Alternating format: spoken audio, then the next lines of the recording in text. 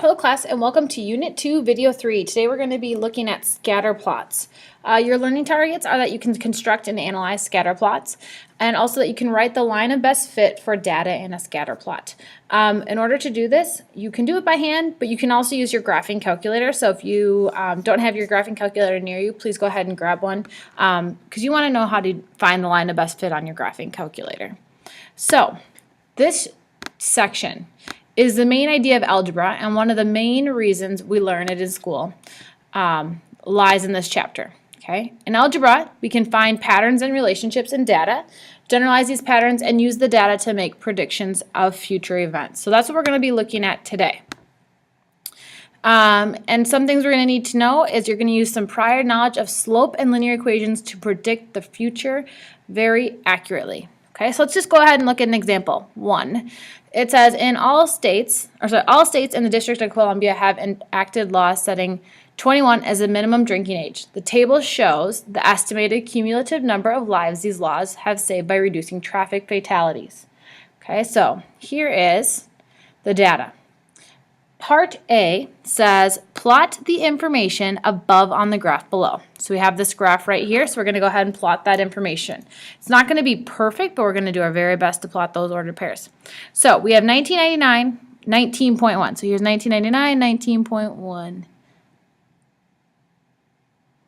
All right, in 2000 we have 20. That one's easy to plot. It's right on the line there. 2001 we have 21. 2002, we have 21.9.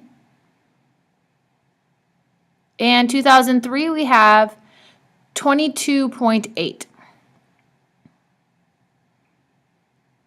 Okay, so that is what for Part A. Part B says draw the line of best fit. Okay, line of best fit is something that you draw in. It is a line that you think best fits the data. So what I would do when I draw my line of best fit is I would try and make it so that there's even points above, okay, my line and below the line. So just do your very best to try and get them to go, close to all the points, okay, but equally above and equally below. So that would be my line of best fit. Okay. The next thing is C says describe the correlation. Okay, correlation is the relationship. So as the years go on, what happens to the number of lives saved? Well, as the years increases, the number of lives increases. So that means it's a positive correlation. Another way you could tell that is because the slope, as I look from left to right, is increasing. It's a positive slope. So the correlation would be a positive correlation.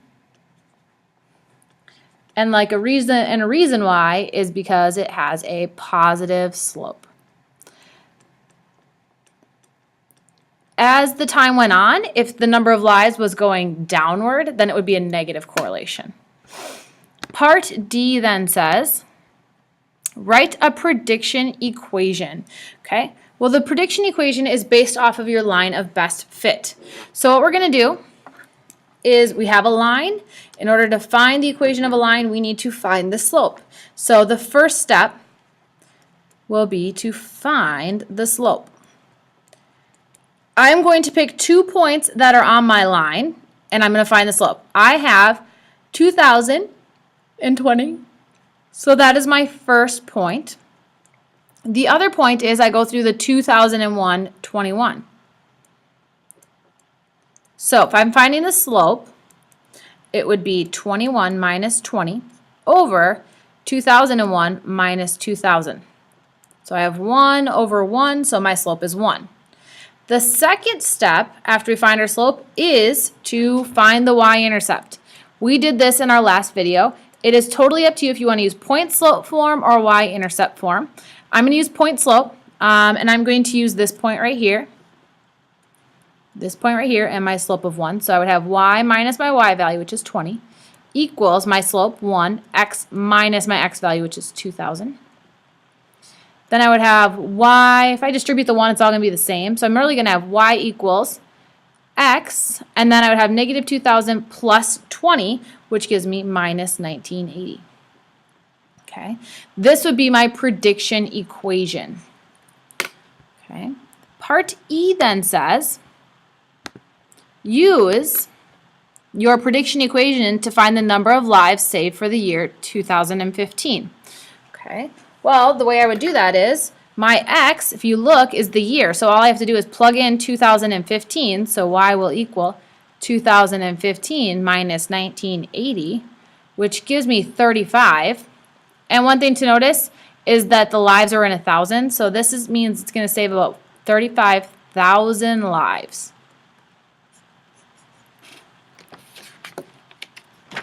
Okay. All right, so this is how you would do scatter plots by hand. We're going to do another scatter plot example, and on the next one I'm going to show you how to do it on your calculator. If you don't have a calculator, you have to do it by hand. So you pick 2 points that are on your line of best fit, find your slope, find your y-intercept, and that will be your line of best fit. Okay. The next thing that we're going to talk about on here is correlation. We did say that describe the correlation from example 1 as a positive correlation. So here's just an example of a positive correlation. As you look from left to right, it's increasing. You can kind of see the data is forming around a line, so it's a positive correlation. Negative correlation. As I look from left to right, my slope is going down, and all the points are close to it, so it's a negative correlation. An example of a no correlation is when there's no, apparent increase or decrease on it. It's just kind of points are all over. That's a no correlation.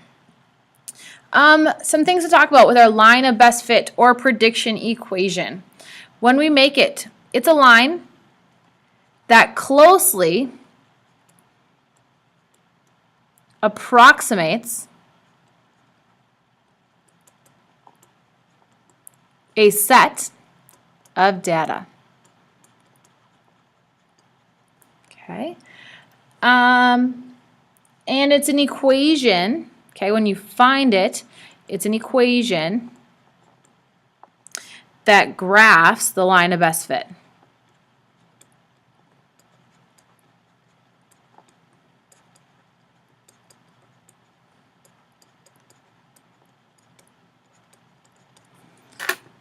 All right, so that is our line of best fit or our prediction equation. On example 2 then, the table shows the amount of time 5 different students studied for their AP Euro exam and the grades each one of them received. It says make a scatter plot for this data. So let's go ahead and do that. Hours we're going to go ahead and put on the bottom.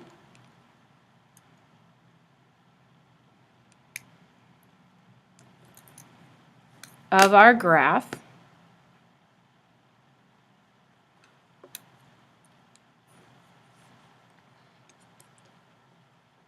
And I'm just going to start out, we need to go up to 12, so 1, 2, 3, 4, 5, 6, 7, 8.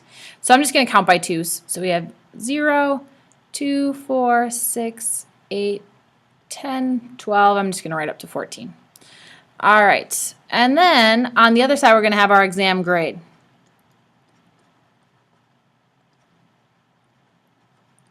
All right, my lowest exam grade is 70, so I'm actually just going to do a break and start counting at, let's say, 60 and go by 10. 70, 80, 90, 100. And from here, I'm just going to plot my points. So if they study for 5 hours, so that's here, they could score an 80. If they study for 9 hours, they score a 95. 3 hours, 75. 12 hours, 98. And if they study for 1 hour, somebody got a 70. Okay. B says find the following information for the line of regression. So let's just sketch our own line of regression. Okay. I would say I would put mine approximately right here. And I would hope you're using a straight edge. So there's my line of best fit. Okay. The line of best fit is the same as your line of regression. Okay. So let's go ahead and we're going to do this on our calculator this time. The way you do this on your calculator, okay, is you go to Stat. Then you're going to hit Edit. And we have List. So I'm going to change my list. Go up and you want to clear, if there's information in your list, you want to clear it out. So you hit Clear and then Enter. Do not hit Delete or you'll get rid of the whole list. Then I'm going to put in my information for my hours studied. So I have 5 and I have 9 and then I have 3. 12, and 1. Then I'm going to go over to my list 2, do the same thing. I'm going to clear it out. So clear, enter. Oh, that's not what I wanted. Up to list 2. So highlight where it says L2. Clear, enter. I have 80. Then I have 95, 75. Got to be careful so you don't get off at all, because otherwise your line of best fit will not be what it should. So make sure you check your order pairs. Okay, so my 2 lists are entered. Double check, make sure it's the same as the table here. Mine is, so we are ready to go. Now that you have the information on there, we're going to go ahead and look at it on the graph. So if you see how there's a stat plot above the y equals, go second, stat plot. Yours should be turned off. I'm going to turn mine on. So the way you do that is you hit enter.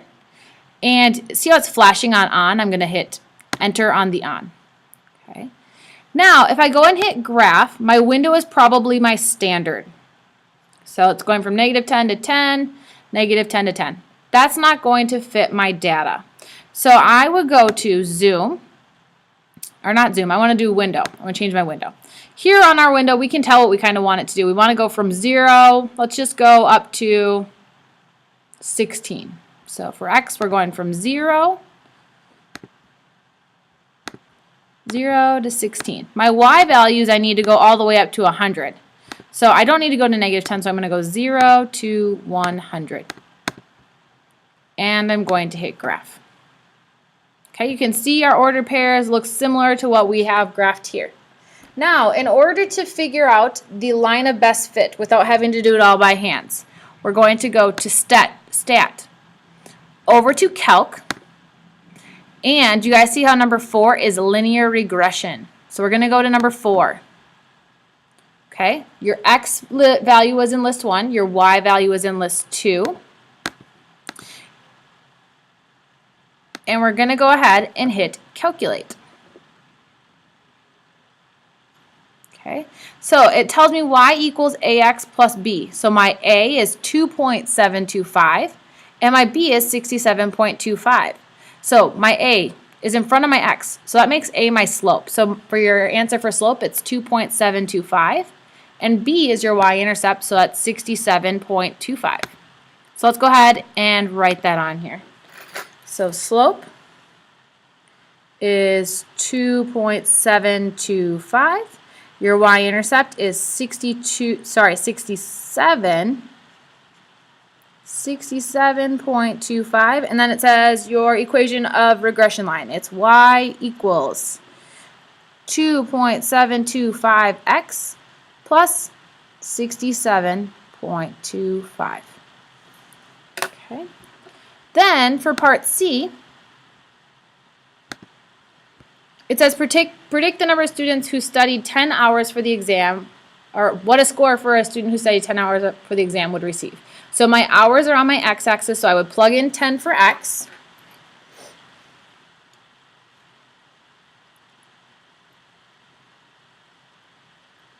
I would just type this in on my calculator, and you would get 94.5.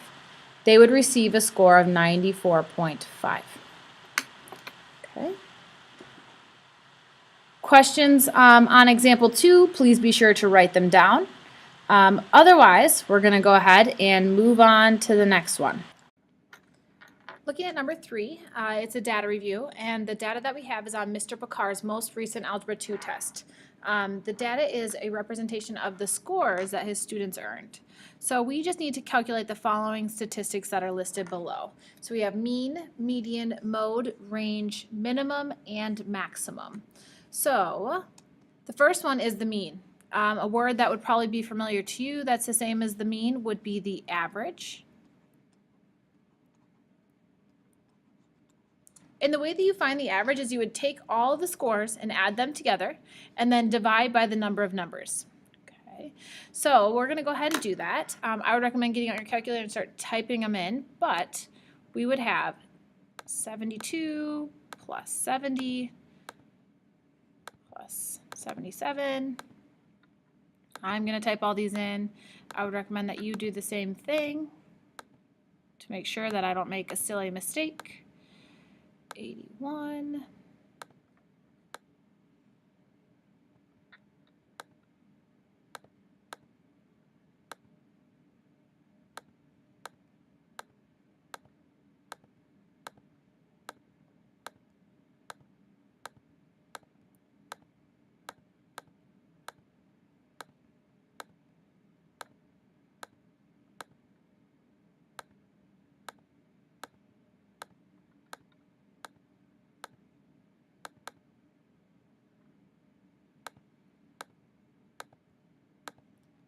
All right, so we add all the numbers together, and when I add them together, I get 1,478. Okay, so to find the average, we take 1,478,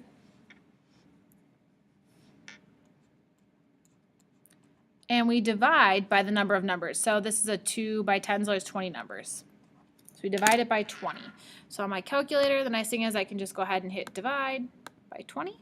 Takes the answer from before, and it is 73.9. So on the average score was 73.9. Now median. In order to find the median, you need to go ahead and think middle number. Okay, so we need to find the middle. The way you find the middle is you must first put all of the numbers in numeric order.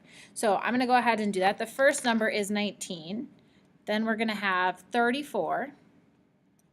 So we got, and I would cross them off as you go, 19, 34. Then we would have, there's a 66, 67, 68. So 66, 67, 68. Then the next one will be 70, 71, 72, 75. So we would have 70, 71, 72. I think there's only one 72, so we're good there. 75. Good. Then I would have 76, 77. So 76, 77. Is there a 78? Nope. The next number I see would be 80. Then 81. So 80, 81, 84 it looks like. Then 85. 84, 85, 86, 89, 90, and then 89, 90, and then two 94s. All right.